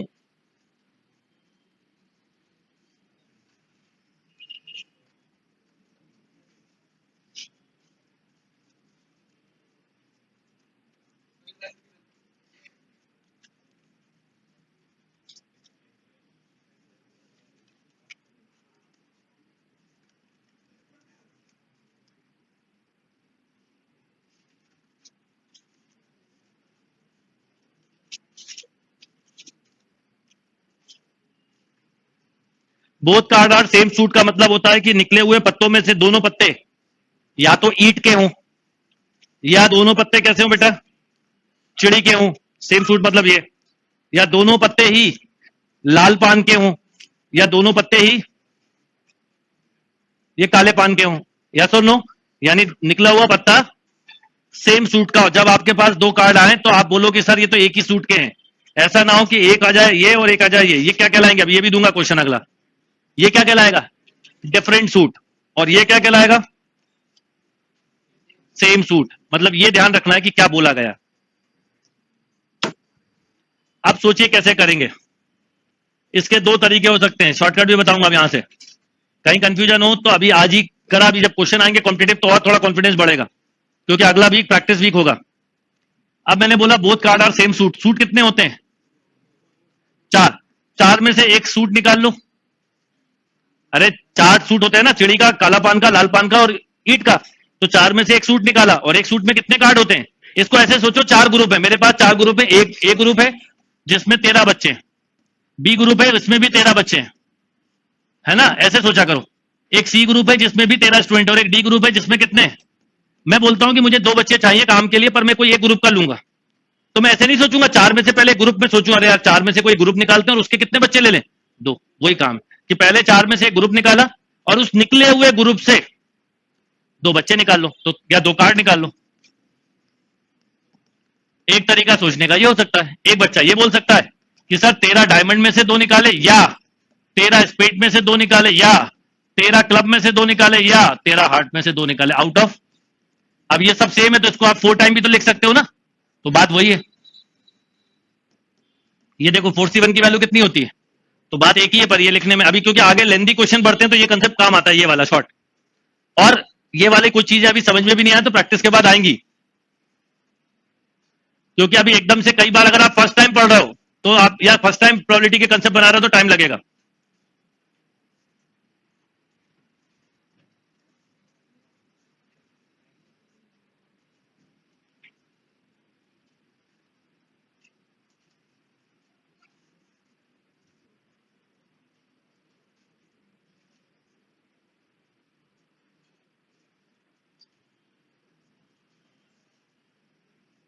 Okay,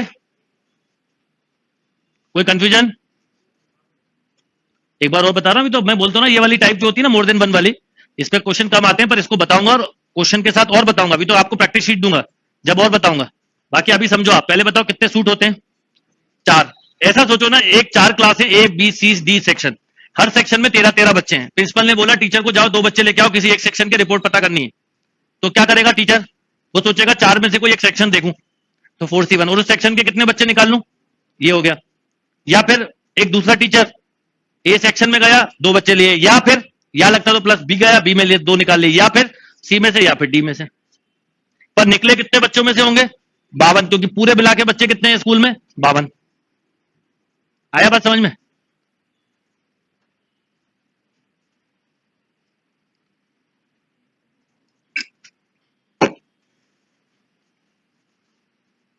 next, both card are different suit, दोनों पत्ते अलग अलग समूह के हों। Both card are different suit,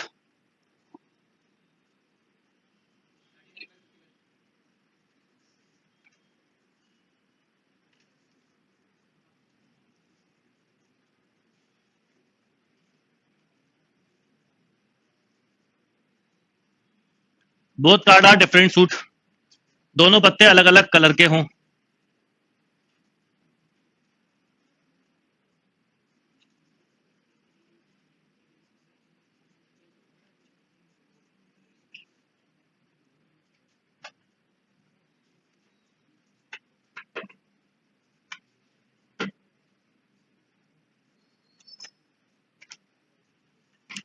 अब मैंने बोला दोनों कार्ड अलग अलग समूह के हों, यानी जो निकला हुआ पत्ता है, अगर एक पत्ता मान लीजिए ईंट का है तो अगला पत्ता ईंट का नहीं होना चाहिए। क्या क्या हो सकता है?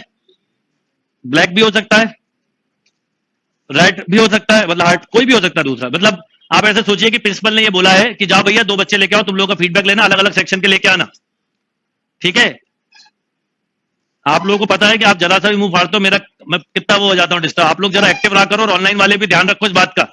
आपके घर वालों को बोलना पड़ेगा एक आध दिन जब जूम सेशन लूंगा कि मम्मी पापा लोगों को कि जैसे ही बच्चा ऊँगता हुआ दिखे या आड़ा टेढ़ा दिखे तुरंत एक मग्गा पानी डाल दो उसके ऊपर। यस, तो दोनों 2 बच्चे लेके आना है, प्रिंसिपल ने टीचर को ये बोला, पर दोनों अलग अलग सेक्शन के हो, तो टीचर क्या करेगा बताओ? करना तो टीचर कोई काम है, तो 2 तरीके हो सकते हैं। वो सोचेगा 4 सेक्शन है, 4 में से पहले 2 सेक्शन लेता हूं, और एक सेक्शन में कितने बच्चे हैं? 13, इनके एक एक बच्चे को लेके प्रिंसिपल के पास चला जाता हूं, बस खत्म। ठीक, ये जो न्यूमरेटर होता है ना, ये आपका थॉट है, और डिनोमिनेटर एक्चुअल में हो रहा है। अगर कभी आपसे कोई बोले कि बताओ ये करके दिखाओ एक्सपेरिमेंट रियल में, तो क्या करोगे?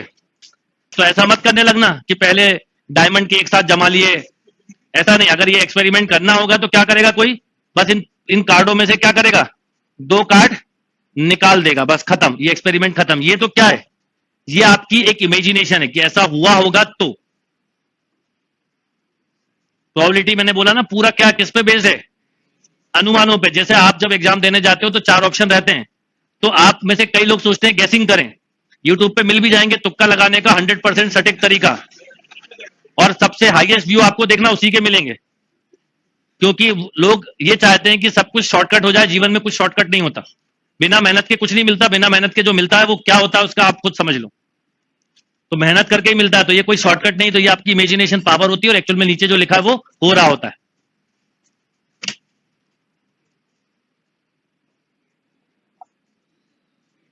डन? लॉजिक समझ में आया? इसका मैं कंसेप्ट समझाता आपको एक्चुअल में क्या होता है। अगर आप ये कॉम्बिनेशन यूज नहीं करते तो आप कई चीजों को स्किप कर रहे होते हैं। एक्चुअल में क्या हुआ होता है, अगर कभी करना हो तो समझने के लिए मैं आपको समझा रहा हूं कि अगर मैं आपसे बोल रहा हूं कि 2 कार्ड निकालो, तो 2 कार्ड में से पहले डायमंड आया है और चिड़ी आई है, चिड़ी और डायमंड आया, ये भी हो रहा होता है। एक्चुअल में ऐसा हुआ होता है। पहले बताइए सूट कितने हैं? Diamond, club, spade, heart. निकले हुए पत्ते क्या क्या हो सकते हैं बताओ? Diamond, club, club, diamond, diamond, spade. एक काम करते हैं, पहले एक ही ऑर्डर में लेते हैं। Diamond, club, diamond, spade, diamond, heart, या क्लब, स्पेड, क्लब, हार्ट, या फिर स्पेड, या हो सकता पहले क्लब आया और फिर डायमंड, स्पेड और डायमंड, हार्ट और डायमंड, स्पेड और क्लब, हार्ट और क्लब, और हार्ट और स्पेड। ऐसा गिनो कितने हुए? 1 2 3 4 5 6 7 8 9 10 11 12। अब कॉम्बिनेशन ने क्या आसान क्या बताता हूं। मान लो पहले अगर ये केस करना होता आपको तो कैसे करते? डायमंड के कितने होते हैं? 13, टोटल कार्ड 52। एक कार्ड निकल गया, ऐसा होता ऐसा है। फिर क्लब का निकाला, क्लब के कितने बेटा? 13, बचे कितने? 51। अरे अगला कार्ड 51 में से तो निकालोगे, एक करके तो निकालते हो आप। अब बताओ अगर मैं इसको सॉल्व करूं तो ये लिखता हूं 13/52 और ये भी लिखता 13 बाय, और इसका अगर ये तो इसका भी यही रिजल्ट होता। तो ऐसे कितने केसेस हैं? 12। 12 है कि नहीं? तो आप लॉजिकली समझो तो 12 इंटू 13 इंटू 13 अपॉन बोलो, यही है। अब इसी काम को देखो कॉम्बिनेशन ने कैसे आसान किया। आपने कहा 4 में से 2 सूट निकाले और दोनों सूट से एक एक कार्ड मतलब बच्चा निकाल दिया या कार्ड निकाल दिया। ठीक, अब मैं बोलूं इसको सॉल्व करो, करो जरा। 4C2, 4 इंटू 3 अपॉन 2 इंटू 1, ये 13, ये भी 13, यहां पे करो 52 इंटू 51 अपॉन 2 इंटू 1। ठीक है, ये कैंसिल। 4 3 जा बोलो 12, बचा क्या? अभी कैंसिल मत करो, 13 इंटू 13 अपॉन, दिख रहा है? तो कॉम्बिनेशन ये सब कर रहा है जो होना चाहिए, नहीं तो आपको ये करना था एक्चुअल में। तो लॉजिक ये है जो आपको इस वाले तरीके से टाइम बचा रहा है। बिल्कुल, पहला निकला हुआ पत्ता डायमंड, फिर क्लब, निकला हुआ पत्ता पहला क्लब, 2 पत्ते निकालना, एक एक करके निकाले जाएंगे, क्लब और फिर डायमंड। ये सब हो रहा है और ये सब हो रहा है उसमें, समझे? अब इसको आप भले ही सॉल्व कर लो। आप ये करोगे 13 4 जा 52 खत्म, तो बचेगा 39/51 आंसर है इसका। क्या? Both card are different colour का मतलब होता है कि एक रेड हो और एक ब्लैक, तो रेड ब्लैक या ब्लैक रेड, ये दोनों ही हुए होंगे उसमें जो अभी बता देता हूं, उसमें भी यही हुआ है।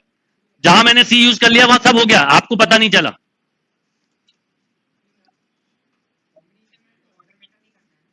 कॉम्बिनेशन में ऑर्डर मैटर नहीं करता है, पर ये एक्चुअल में क्या होता है, सिलेक्शन है कि कैसे सिलेक्ट हुए होंगे वो भी बताना पड़ता है। तो ये सिलेक्ट ही है, ये परमुटेशन नहीं लगा है, सिलेक्शन ही है, पर वो आप ऐसा होता है वहां पर।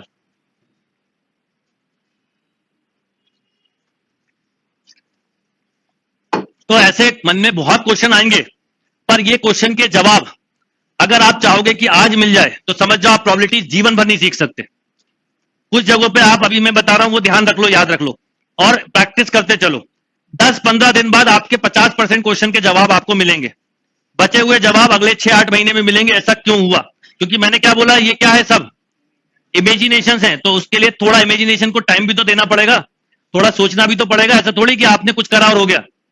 जैसे आप घर में रोटी खाते हो ना, पर वो रोटी तक का प्रोसेस आपको पता है क्या? कि पहले किसान फसल लगाएगा, फिर निकलेगी, फिर कटेगी, फिर मार्केट में आएगी, फिर बिकेगी, फिर घर पे आएगी, फिर चक्की पे गेहूं पिसेगा, या आप हो सकता है आजकल आटा ले आओ, फिर घर में आटा आया, फिर मम्मी ने उसको पानी वानी डाल के मारा, फिर रोटी बनी और आपने तो बट से खा ली।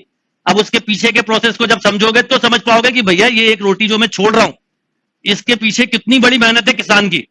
ये मुझे नहीं छोड़ना चाहिए, अन्न का एक दाना भी नहीं छोड़ना चाहिए, पर हम फट से छोड़ देते हैं, स्वाद नहीं लगा। मैरिज पार्टी में जाओ तो जितना खाना खाया नहीं जाता उससे ज्यादा छोड़ा जाता है, ये सच है। और ऐसा इंडिया में ज्यादा होता है, फॉरेन में नहीं होता है, ये भी सच है। इवन फॉरेन में कई होटल्स ऐसे होते हैं, स्पेशली यूएस वगैरह में, जहां पर अगर आपने होटल में खाना छोड़ा तो हाई पेनाल्टी होती है। अब आप बोलते हो कि इंडिया में संस्कार है, कहां पर है वो देख लो। सीनियर सिटीजन को जितनी वैल्यू फॉरेन कंट्री में, मतलब यूएस वगैरह में आप जाओगे, जितनी वैल्यू मिलती है कहीं नहीं मिलती। रोड खाली हो जाती, बड़ी बड़ी गाड़ियां निकल रही होती, रुक जाते हैं अगर सीनियर सिटीजन क्रॉस कर रहे हैं। कहीं भी जाओगे उनकी क्यू नहीं होती, ये रिस्पेक्ट है। कोई बुजुर्ग जा रहा है तो दूसरा उसको सपोर्ट करता है। यहां पर तो हम इतनी होड़ लगाते हैं कि कोई बुजुर्ग अपने आगे निकल रहा है तो हॉर्न बजाएंगे ऐसे। आप किसी और कंट्री में अभी नहीं, जब जाओगे या आपके पेरेंट्स आपका भी घूम के आए, आपको हॉर्न नहीं सुनाई देगा गाड़ी का, इम्पॉसिबल है कि आपको हॉर्न सुनाई दे जाए। ठीक है, पर वो सब चीजें तो क्या होता है कि कुछ चीजों के लिए थोड़ा सा टाइम लगेगा, तो इस टॉपिक को अंडरस्टैंडिंग के लिए एकदम से नहीं आएगा, थोड़ा टाइम दो आप, आने लगेगा। तो ये जो है ना, ये क्यों ऐसा हो रहा है, ये सब इमेजिनेशन है हमारी। क्लियर है? अब जैसे इसने अभी पूछा both card are different colour, तो डिफरेंट कलर का मतलब हुआ कि निकला हुआ कार्ड रेड ब्लैक हो सकता है, या फिर बोलो यही होगा ना, रेड कितने होते हैं, ब्लैक कितने होते हैं, पर एक कम हो गया था इसलिए, या फिर ब्लैक में से, या ये। अब इसको जरा सॉल्व करिए आप, तो ऐसा भी लिख सकते हो 2 टाइम्स ऑफ 26 इंटू 26 अपॉन, ये कैंसिल। देखो आपका क्या आंसर था इसका, देखिए क्या था। हाँ, तो कॉम्बिनेशन ने ये काम कर दिया। जब डिफरेंट कलर वो बोला था, तो हमने ये सोचा कि 26 में से एक, 26 में से एक आउट ऑफ, बोलो ये जो है ना, ये इसको सब आगे पीछे कर रहा है। तो आपका कहीं पे हो तो वो सब क्लियर हो जाएगा।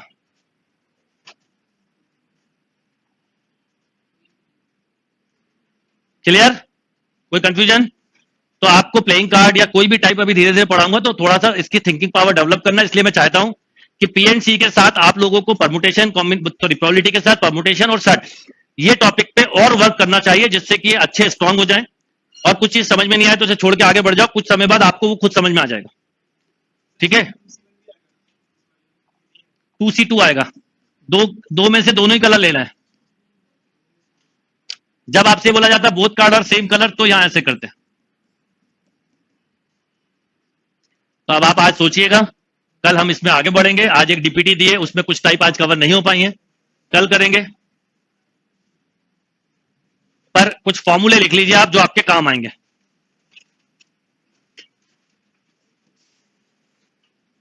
ठीक? और मैंने आज आपको प्लेइंग कार्ड दिखा के समझाए, पर और समझने के लिए आप लोग प्लेइंग कार्ड अगर घर पे हो तो देख सकते हो, नेट पे देख सकते हो, पर खेलना नहीं है ना, समझने के लिए खेलना नहीं पड़ेगा। तो देख सकते नहीं तो आज चलो, आज रात को अपन प्लेइंग कार्ड खेलते हैं, अच्छे से समझ में आ जाएगा। तो वो प्लेइंग कार्ड समझ में नहीं आएगा, प्लेइंग गेम समझ में आ जाएगा।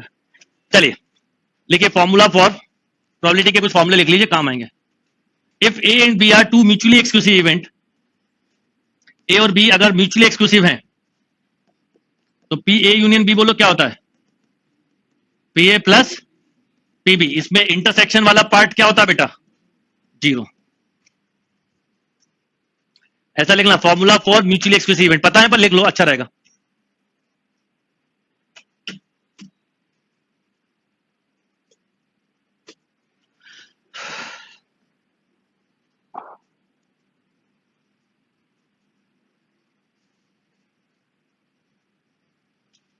डन?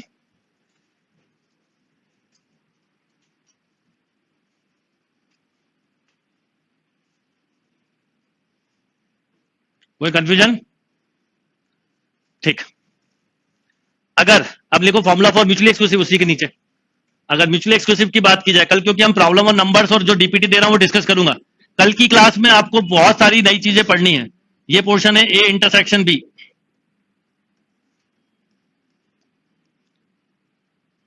क्या फॉर्मूला होता है, ए प्लस बी। अपन ने ये फॉर्मूला यूज कर लिया, याद रखना। आप सारे फॉर्मूले यूज कर चुके हैं। कॉमन चीज को क्या कर देते हैं, माइनस कर देते हैं। केवल लिस्ट बना लो, इनके कल एप्लीकेशंस करेंगे।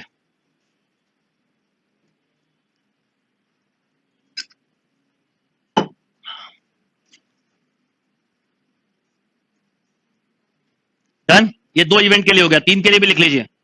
3 का भी काम आता है, इवन 4 तक का भी काम आएगा।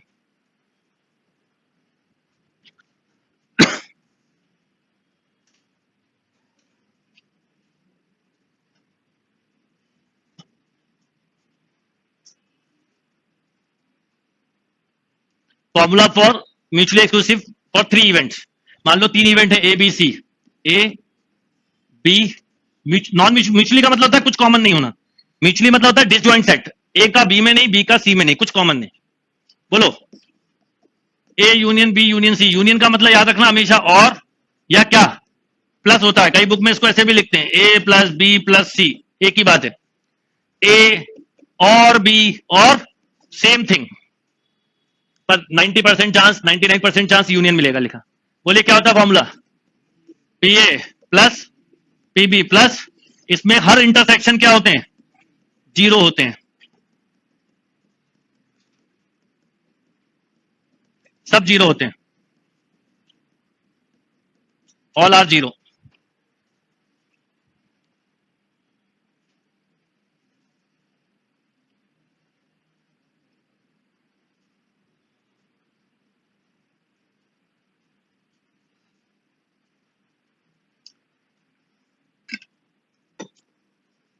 डन? कोई कंफ्यूजन?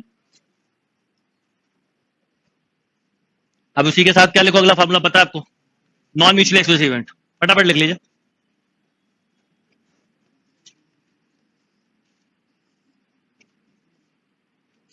ए बी सी, ये section A intersection B, this section B intersection C, this section, और ये वाला जो कॉमन दिख रहा है बोलो,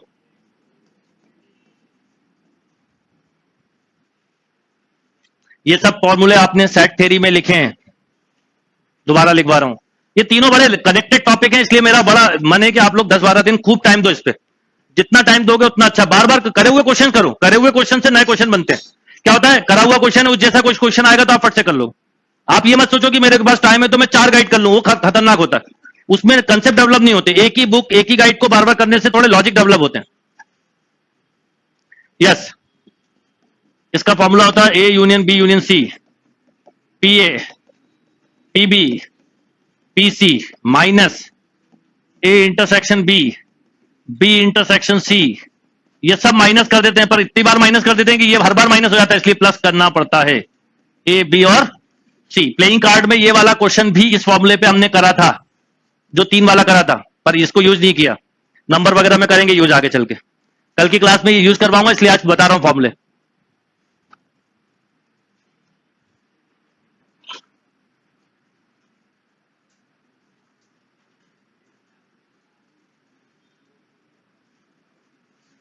डन? नेक्स्ट लिखिए formula for independent events and dependent events. बस लिख लो फॉर्मूला, सब कल पूरे सभी कंसेप्ट पढ़ेंगे हम, ठीक है ना। Formula for independent and dependent events.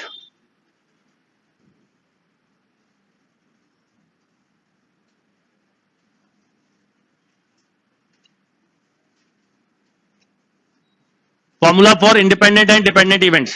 सबसे पहले independent event, if A and B are independent event then P A intersection B, बोलो पी ए इंटू, ऐसा नोट डाल देना, if A and B are independent event then A intersection B equal to P A into P B.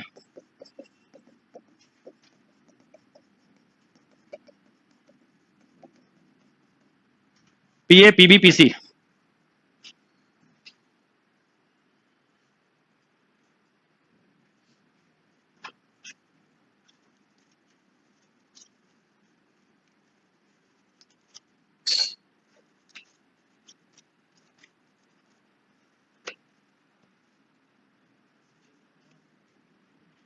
Done? अगर 2 event है तो 2 का multiply होता है, 3 है तो 3, और डिपेंडेंट में क्या हो जाता है लिख लो वो भी, ए बाय बी। इसका मतलब भी बताता हूं, कई लोग इसका मतलब नहीं समझ पाते। Happening of A depending on B, A कब होगा, जब बी होगा। डिपेंडेंट मतलब ही होता है एक दूसरे पे डिपेंड, इसको ऐसे रीड करते हैं, happening of A depending on B denoted by A by B defined as A intersection B upon P B. ये जितना पढ़ा रहा हूं सब कल यहीं से रिवाइज करूंगा, इसलिए एंड एंड में बताने का पर्पज है, थोड़ा सुना होगा तो कल अच्छा लगेगा, और दूसरा आप पढ़ाई करोगे तो भी आपको कुछ क्लिक करेंगी चीजें। इसका मतलब बताओ क्या है, happening of B depending on A, इसे डिपेंडेंट इवेंट बोलते हैं। ये इसी का बना हुआ भाई है, देखो अगर ए और बी इंडिपेंडेंट हुए, मान लो ए की हैपनिंग बी पे डिपेंड नहीं करती, तो ये किसके इक्वल होगा, पीए के। तो अगर मैं पीए लिख दूं तो देखो पीए इंटू पीबी हो जाएगा, अगर इंडिपेंडेंट हुए तो। Is that clear? तो आज मैंने जो फॉर्मूले बताए, इन्हीं फॉर्मूले के साथ कल हम प्रॉब्लम और नंबर जो आज डीपीटी दिए वो डिस्कस करूंगा। लगभग लगभग कोशिश करूंगा, भी एकदम नहीं होगा, कि कल थियोरी काफी कुछ हो जाए, ठीक है। अभी ऑनलाइन वाला कोई भी बच्चा लॉग आउट नहीं करेगा।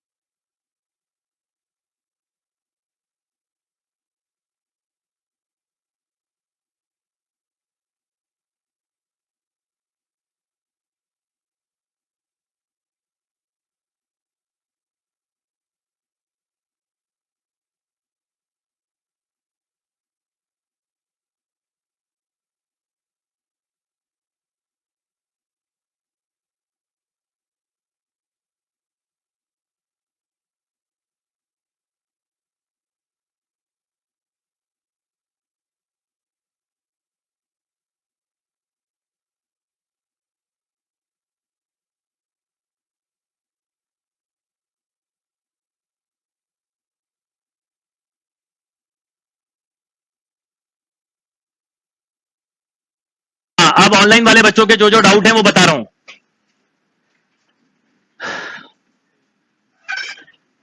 यस, ऑनलाइन वाले जितने लोग हैं, सबसे पहले जब आप बीच बीच में ये पूछते हैं तो मैं हमेशा एक बात बोलता हूं आप लोगों को कि अगला टॉपिक कौन सा होगा ये कभी बीच में मत पूछा करो।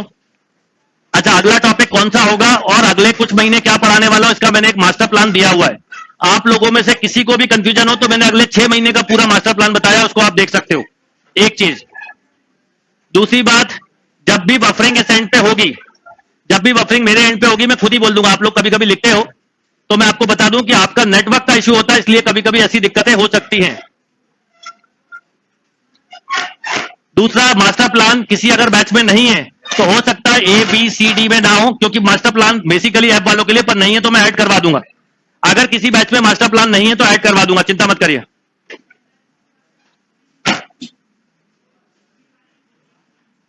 अच्छा, जिनको ड्रॉपर बैच के लिए जिन्होंने मेल किया था, बेटा एक्चुअल में धीरे धीरे आपको सबको मिल जाएगा, आप चिंता मत करो, उससे आपकी क्लास का लॉस नहीं हो रहा है।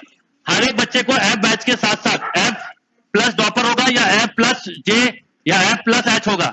मान लीजिए आप में से कोई ड्रॉपर स्टूडेंट है, वो एच आई या जे में है,